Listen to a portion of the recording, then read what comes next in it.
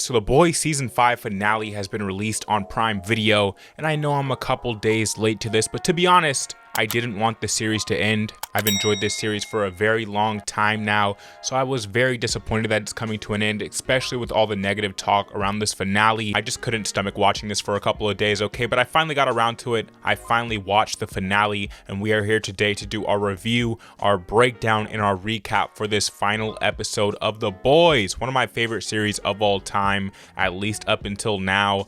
And man, to be honest with you, I was extremely disappointed and dissatisfied with this final episode of The Boys, and really it puts a bad taste in my mouth for the entire series at this point, which I know the creators and the writers of this show came out ahead of time and said, yes, finales are very important because they can kind of make or break how people view your series from here on out, and that couldn't be further from the truth with this final episode, and I think they knew that ahead of time going into it, which is why they were kind of trying to get ahead of it with everything they said before the finale actually released. But man, they failed on a crazy level here with this finale. I couldn't believe what I was watching.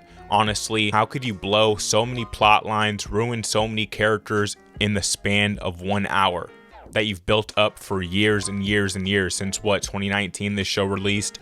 Insane what they did to our beloved characters inside of this final episode, but we have to discuss it. Okay, we have to talk about it. This final episode is titled Blood and Bone, and normally we go point by point as I've done with every single episode this season. You can go watch the back catalog for that after you're done watching this video, but honestly, I kind of just want to rant. I kind of just want to jump around and talk about things that I want to discuss here. So let's go ahead and jump right into this, okay? So this episode opens up with Frenchie's funeral. All right, the boys are all standing around. They're saying good things about him. They're reading a note that he left behind. And it's a bittersweet scene. Of course, this is one of the best characters in the entire series. So to see him go in that second to last episode, to see him not make it to that final episode, it was definitely sad.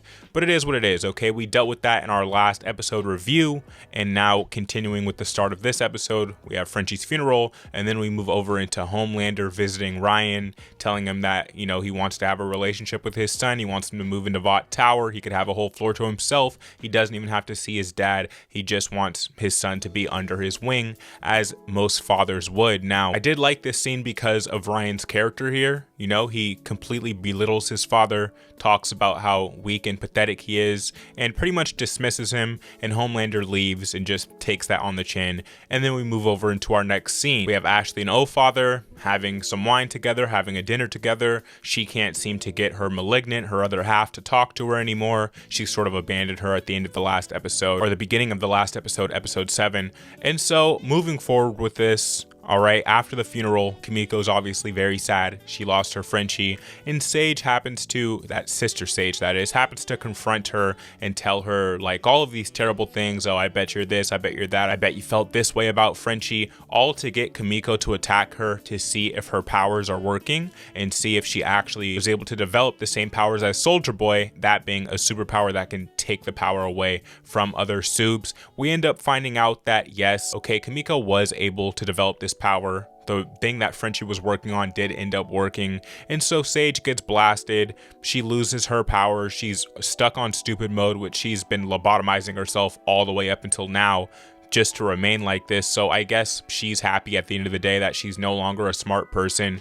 Why the smartest person in the universe would want to be a dumb person and not be able to think, I have no idea. Okay, I get that there's like a lot of chatter inside of her head, but they really butchered and assassinated the character of Sister Sage, as they did with a lot of characters this episode, which we will obviously have to discuss going forward. Now, we move over into a scene where the boys are discussing how they're going to break into the White House, how they're going to attack Homelander. Meanwhile, Sister Sage pretty much leaves the series. It's the last time you ever see her character. She goes, oh, y'all are dumb for wanting to go in and attack Homelander. He's going to kill you all.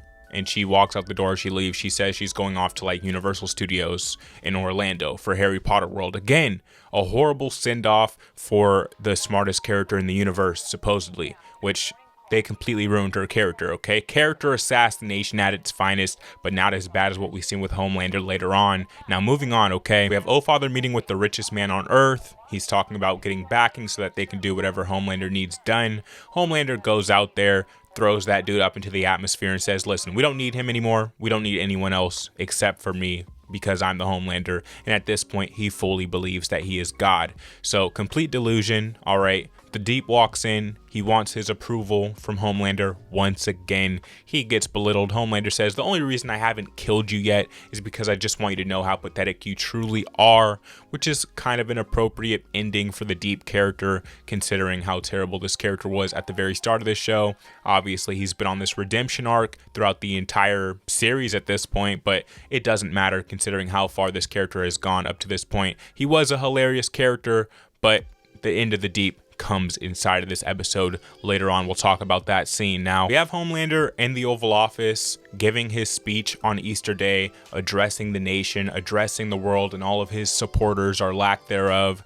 And inside of this speech, he pretty much says on the broadcast that he is the Lord, that he is the second coming, and that he has come to, I don't know, bring heaven to earth, etc., all of these other things, right? And then at the very end, he stops reading his teleprompter and he goes off on this insane speech that he just came up with on the spot that seems to have terrified his audience. I thought this was an amazing scene. Anthony Starr is sort of holding this entire series together at this point in this entire episode, because his performance here, at least before they completely destroy and assassinate his character, was amazing as always. Okay, he was holding together this episode like glue.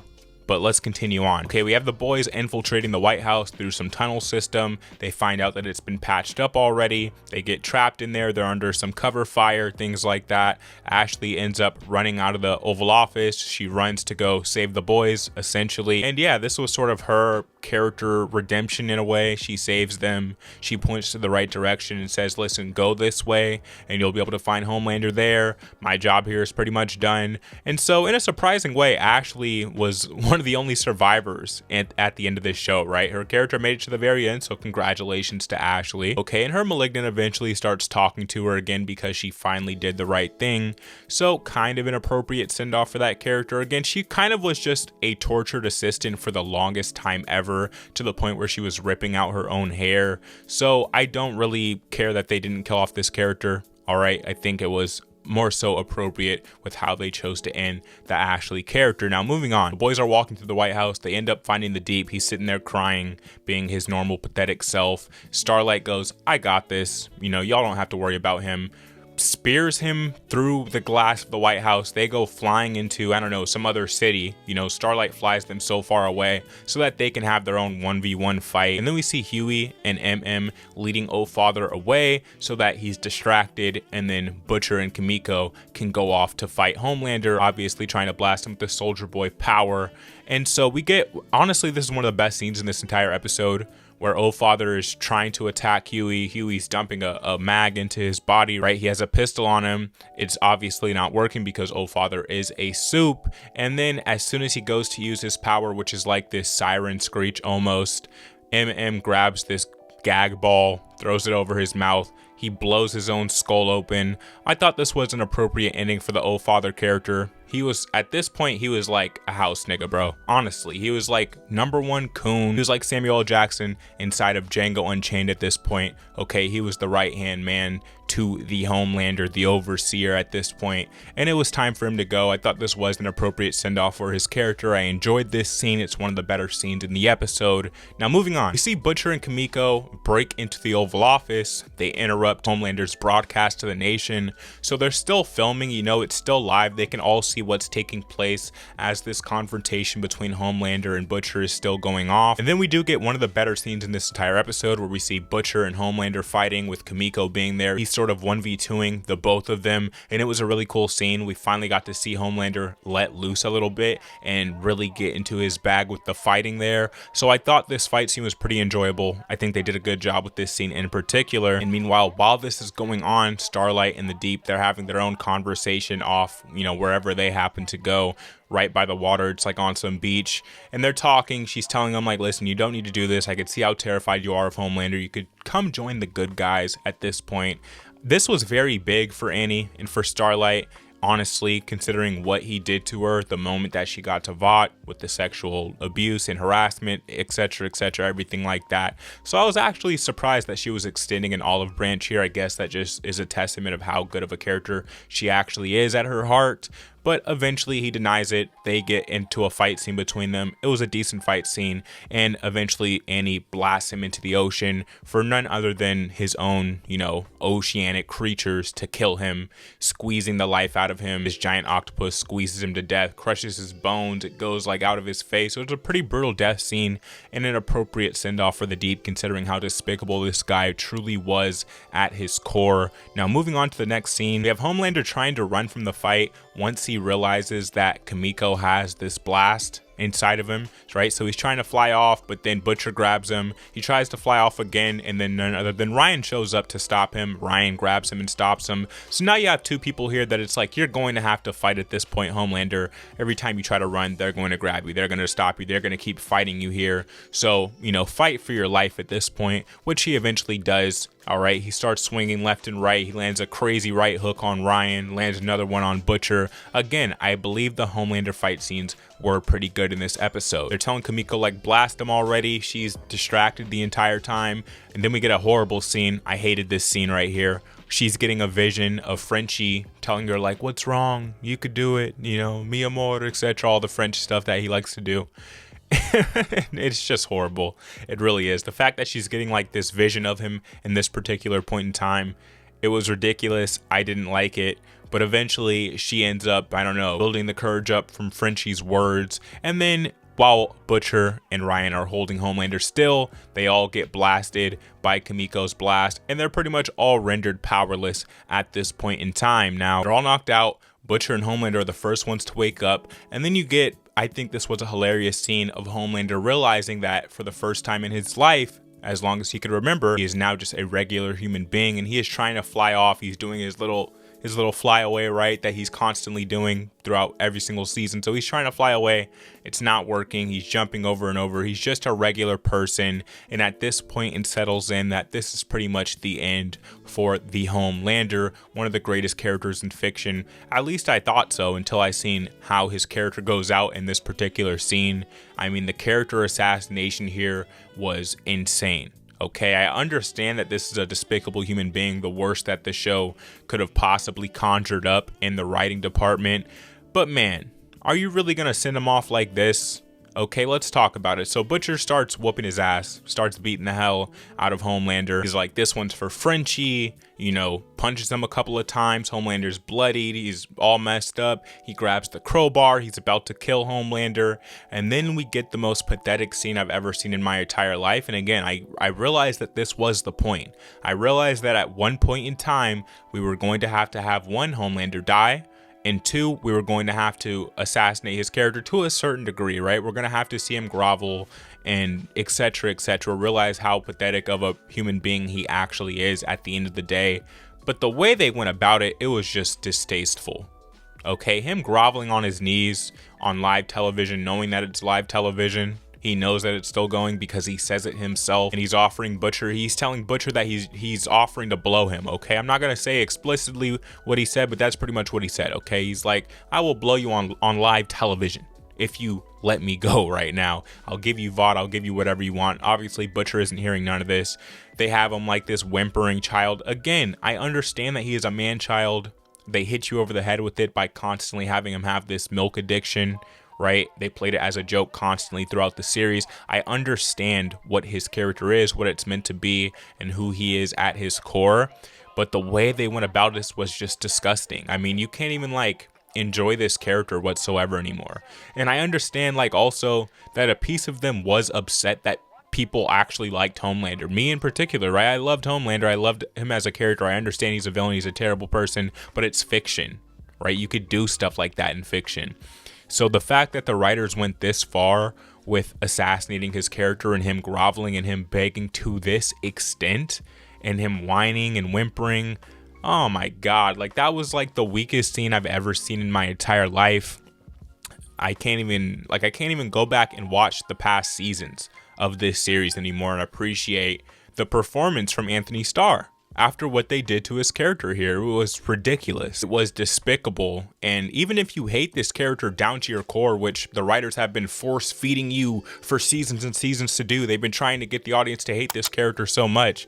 It's did you even want to see him like this? If you hated him that bad, were you satisfied with this ending of the character? I highly doubt it. Quite honestly, this was completely despicable from the creators of this series. All right, but we finally see the death of Homelander.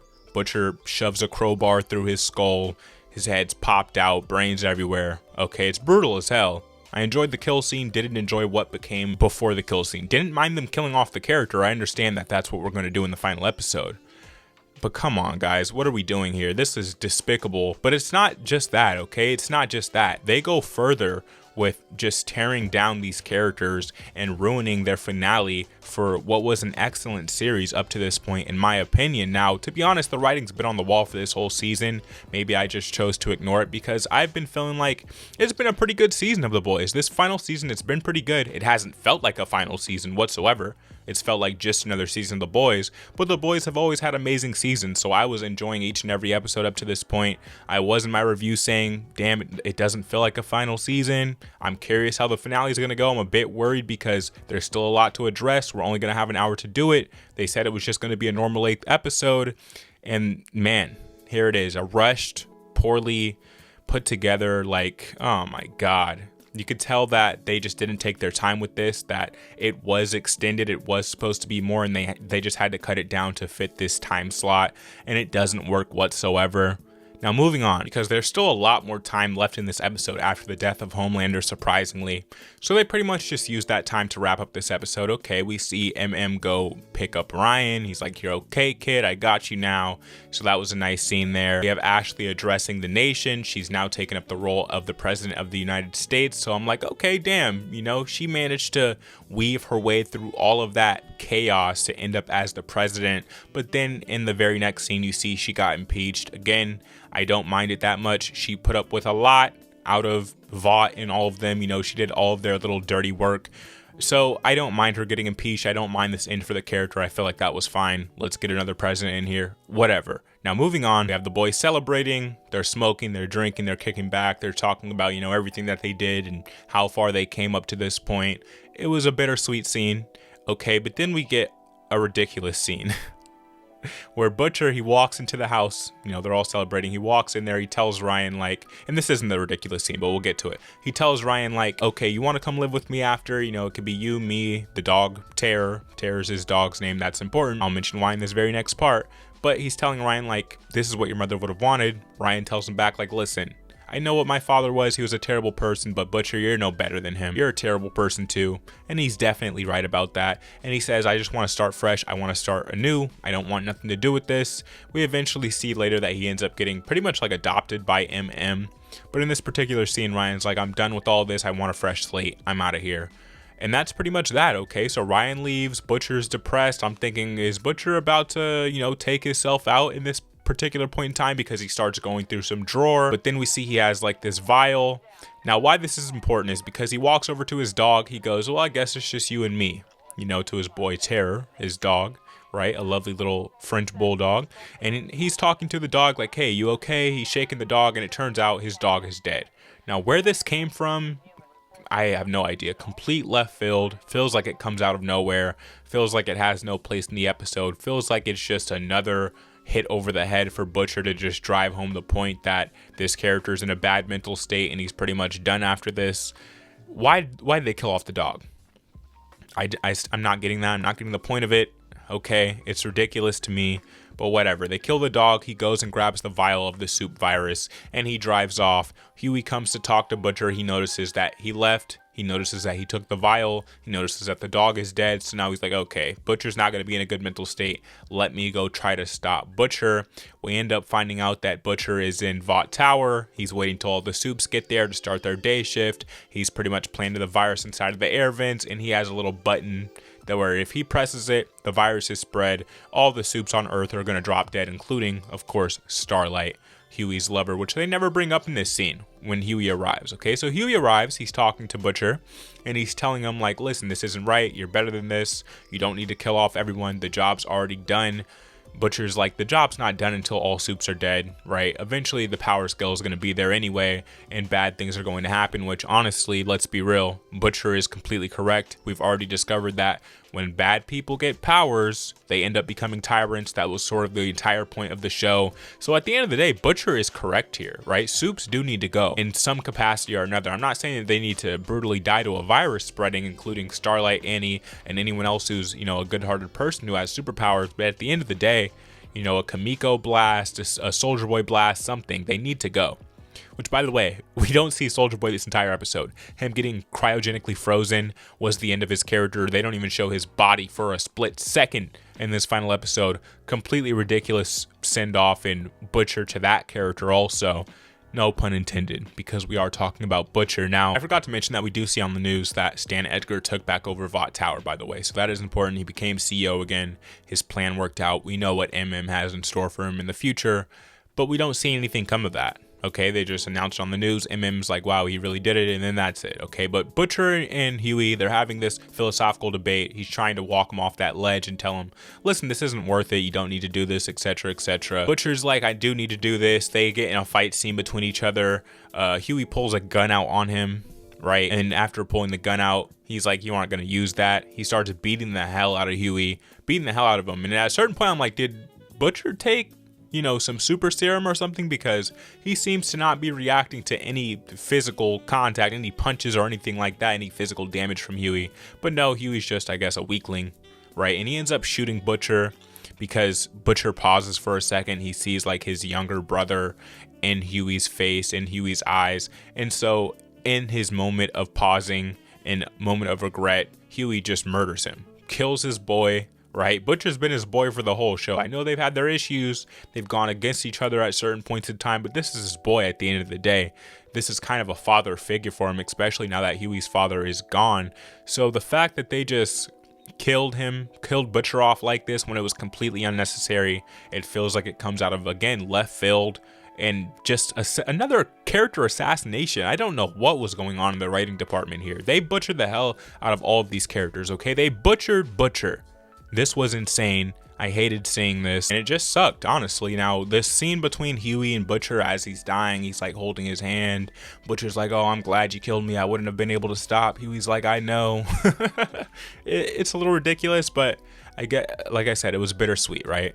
It wasn't as bad of a scene once they were finally embraced there at the very end. But the fact that he died in general in this particular way, I wouldn't have been mad if he died, but him dying in this way was just ridiculous. Felt like it came out of nowhere, but not as ridiculous as the transition that comes after this scene where Huey just murders Butcher, murders another human being, which, by the way, no cops, no police, no investigation, no nothing. He murders Butcher with impunity. Okay, nothing comes of him murdering him. I mean, they pretty much act like he has like a contract to kill, a license to kill, is how they treat Huey in this particular scene.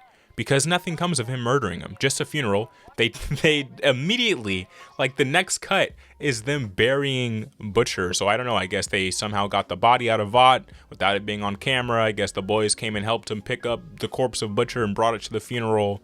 They're not mad whatsoever that he murdered him. They're all looking around like, yeah, he was a piece of shit dude. I guess, you know, he's dead now. It is what it is. They even say at one point in time, like, screw Butcher, whatever. Like what are we doing here, bro? What a complete destruction and assassination of our beloved characters. As I keep saying, this is ridiculous. I can't believe they went this down in the gutter with this finale. This is one of the worst send-offs I've ever seen for any series ever. I mean, this is rushed as hell. This is rushed slop trash that it seemed like they were just trying to be done with it. Let's just write it, let's just film it, and let's just be done with it. Let's put it out. And they don't want to do The Boys anymore, which we know isn't exactly true because they have a spinoff coming. I have a video coming out on that about the trailer, the teaser that they dropped for that, okay? So stay tuned for that video. But continuing on here, okay, we see MM marry his former wife. Again, her husband was like a Homelander supporter, and he ended up getting murdered by Homelander himself. So they remarry. That's kind of one of the more sweet scenes in this episode. One of the scenes I'm like, okay, that's actually a good scene there. He has Ryan at the wedding, which is why I'm like, did he adopt Ryan? It kind of seems like he did. You know, he's kind of just always by MM's side for the remainder of this episode. We see Kamiko go off to Paris. She's eating at some restaurant. She's reflecting on Frenchie. They start playing some sad song. I'm like, okay, this was kind of an appropriate send-off for Kamiko. Not upset about that one that much. They even start playing a song that I think was from like The Watchmen, and that's even the vibes I was getting with like the multiple endings here. I'm like, this feels like The Watchmen a little. If you've ever seen The Watchmen, it's an amazing movie, but it kind of felt like that at the end. But moving on. Okay, we have Bob Singer. He is now the sitting president of the United States. He sort of has a hold on Vought now, and he's telling Huey like, listen, I want you to be in control. I want you to play a major part. I want you to be some type of CEO. Huey's like, listen, Mr. President, thanks, but no thanks. You know, I have my own life. I have my own venture that I'm off doing. Click, and then we end up seeing what that venture is. That being, he's back to where he started when we first found this character in season 1, episode 1. He's back to working in an electronics store. He's now running this electronics store with himself and with his wife, Starlight, or Annie, as we like to call her. So we walk into the store. I guess it's kind of a nice send off for these characters in a way. You know, I'm sort of mixed feeling on this particular scene, but moving on. Okay, we also see that Annie is pregnant in this scene, so okay, I guess that's kind of nice, right? They tried to end it on a high note here with Annie being pregnant, so it's like, okay, the future is going to continue, that our characters are going to keep going here. It was okay. And then we see Annie fly off, and that's pretty much the end of the episode. So horrible, terrible, completely ruined the boys. Terrible finale, makes you look back on the entire season and go, what the hell happened? Because for the most part, I thought individually the episodes were pretty good, but when you put it all together, when you look back at it and realize that they wasted all of this time on BS scenes throughout this entire season, final season, where we should have been fulfilling and properly building up the finale and ending a lot of these plot lines and storylines instead of rushing it all in this final hour of television. Man, they did a horrible job with this. I am utterly disappointed. Prime Video, what the hell? The Boys creators, what the hell? Anthony Starr, I can't believe you even agreed to do that scene that they had you do, bro. Honestly, on your knees groveling, saying you're gonna suck another man off? Like, that's crazy, bro. What's going on here? I hated it. It was terrible. One of my favorite shows of all time. Now, I don't even think I can no longer say that anymore, to be completely honest with you. And let's just go ahead and drop the rating for this final episode. I was going to give it a 4, but after thinking it over, you know, if I had to rate this final episode, The Boys, Season 5, Episode 8, I would give this episode the rating of a 3 out of 10. It gets the 3 out of 10. There's good scenes here and there. There's a good send-off here and there. I think like the Kamiko one was good. Everything else, every other character assassinated, character butchered, character ruined, Homelander, Butcher, the way they did these two characters, insane, crazy as hell. What the hell are y'all thinking in that writing room? Who wrote this up, read through it, and thought, yeah, this is a brilliant idea. Like, yeah, we're going to go ahead with this. No. Okay, and that Vought Rising you have coming up, good luck with that. Good luck with that. I don't know how that's going to do, considering how bad of a taste you're going to put in all of the fans of The Boys' mouths. Okay, that's the only reason your spinoffs were working. That's the only reason Gen V had an audience, which, by the way, I forgot to mention that Gen V came into play at no part during this entire finale, bro. What was the point of watching Gen V season 1 and 2? And season 1 of Gen V was really good. What was the point of watching that? They brought the characters in, had them have a conversation with the cast of The Boys, and at no point in time did they ever help out whatsoever in this finale. They didn't raid the White House with them. They didn't do any of that. They didn't help out whatsoever. They pretty much were here for no reason at all. We could have had the finale of The Boys and the Gen V not even showed up, and nothing would have changed at all. This is insane. What they did here was crazy as hell. I can't believe it. I'm disgusted, and this is why I was putting it off for a couple of days. Man, this is a rough one, guys. This was a rough one. The series deserves so much better. These characters deserve so much better. And like I said, how is Vought Rising going to work with us knowing how you butchered and ruined this finale? Ain't no one gonna tune into Vought Rising after this, bruh. It's over. It's over. The Boys is over. The spinoffs, cut that off. We don't need that. I'll check out the trailer, I'll see what they're working with, but already going into it, I'm gonna have a bias, I'll be completely honest, and I try my best not to, but how could you not after the way that they ruined The Boys? But anyway, guys, that was the review right there for The Boys Season 5, Episode 8, Blood and Bone. That was the finale episode. We will never see another episode of The Boys again, and I can't even go back and watch this series after what I just watched. I'm getting like Game of Thrones levels of disappointment here, maybe even more. Because Game of Thrones, they never did anything like as crazy as they did Homelander in this final episode. But that's it, guys. Those are my thoughts on this final episode of The Boys. Let me know your thoughts on this finale of The Boys down in the comment section down below. If you don't know what we do here on Jimmy Got Into, we do film, TV, and pop culture-based content. So if you're interested in this type of content, you're in the right place. Hit subscribe, hit the like button if you enjoyed this video. I'll catch you in the next one, guys. Peace.